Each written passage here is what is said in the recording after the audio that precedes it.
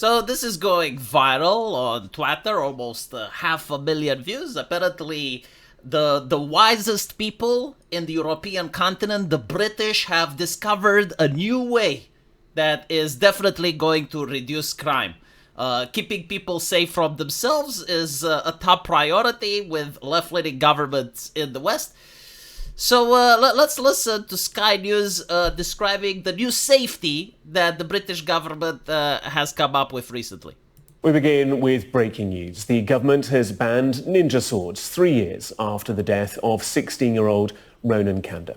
Why did they wait so much? I mean, in all those 3 years, all the carnage and all those massacres that happened because people own ninja swords.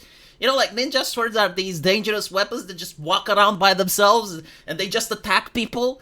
Like, I am so glad that they have finally decided to put a stop to the madness. It will be illegal to possess, sell, make or import the weapon from the summer, with anyone caught with a ninja sword potentially facing 6 months in prison. The ban is part of measures known as Ronan's Law, which also requires retailers to report bulk or suspicious sales to police, and an increase. Snitching, right? Like, the law gets accompanied with snitching. If you see a citizen not following the government mandate, you need to snitch on him so he can go to prison. Comrade, tovarish. Oh my goodness. I wonder, like, how they describe a ninja sword. Huh? Like, there must be a law that classifies them. What if you have, like, a rapier? You get the French version, the la rapier. Huh? Is that allowed? Probably not. What about the katana? Like, you have the weapon of the noble samurai, the katana.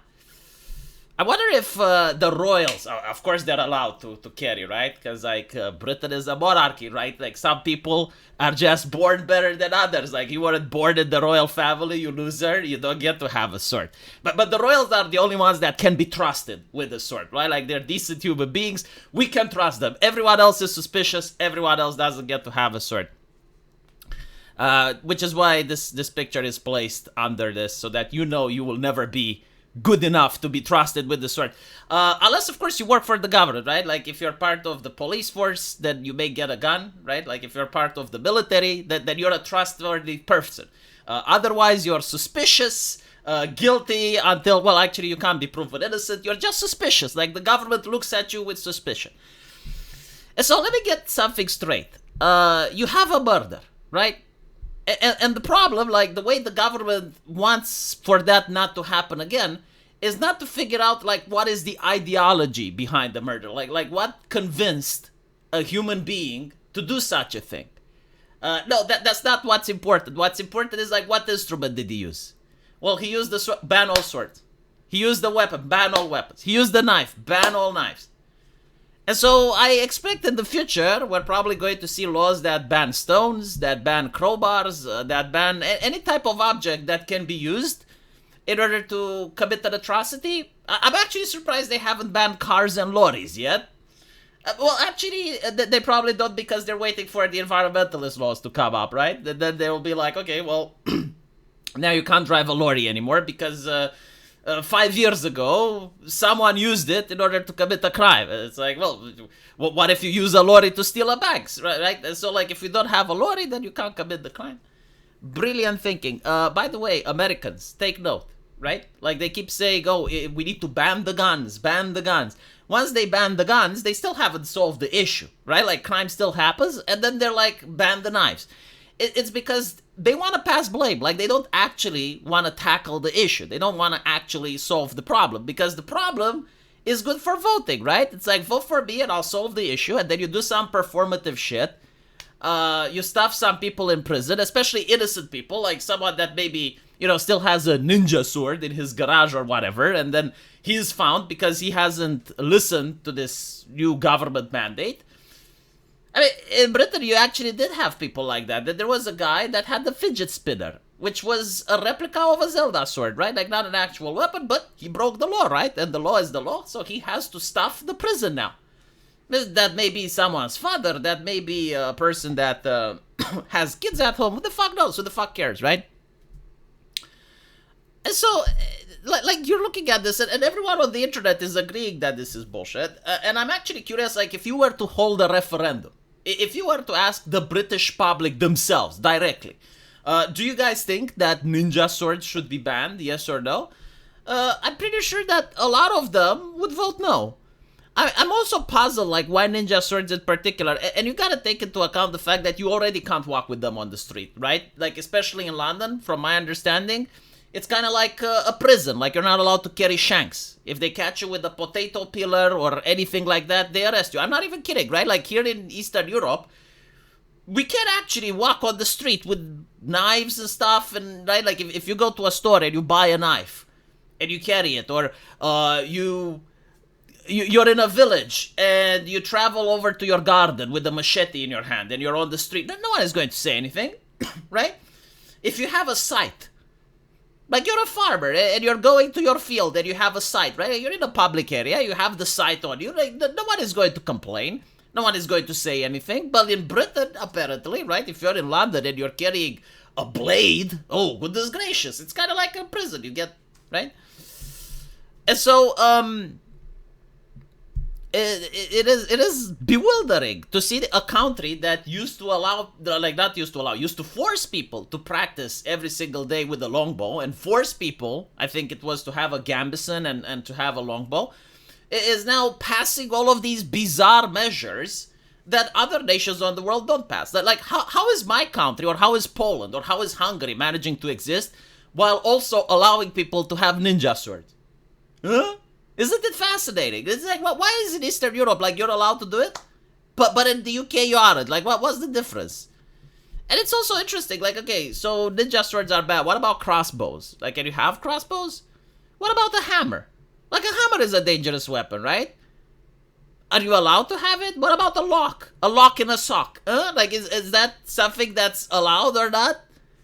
So fucking ridiculous, man. The way I view it, right? Imagine you're living in a neighborhood that's safe. Like, you've been living there all your life.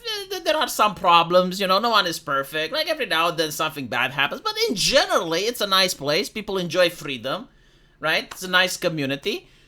However, like, people don't really have kids. And over time, you're old now. There aren't that many people in the neighborhood. It's a quiet place, but it's less active than it used to be. And suddenly, the mayor decides to fill your neighborhood with a lot of other people from other neighborhoods. Like, bringing them all in, because it's good for your neighborhood's economy, you see. And so, like, the newcomers, some of them, not all of them, but some of them are troublemakers. They're playing loud music, they're trashing the place, some of them may even be a little bit aggressive.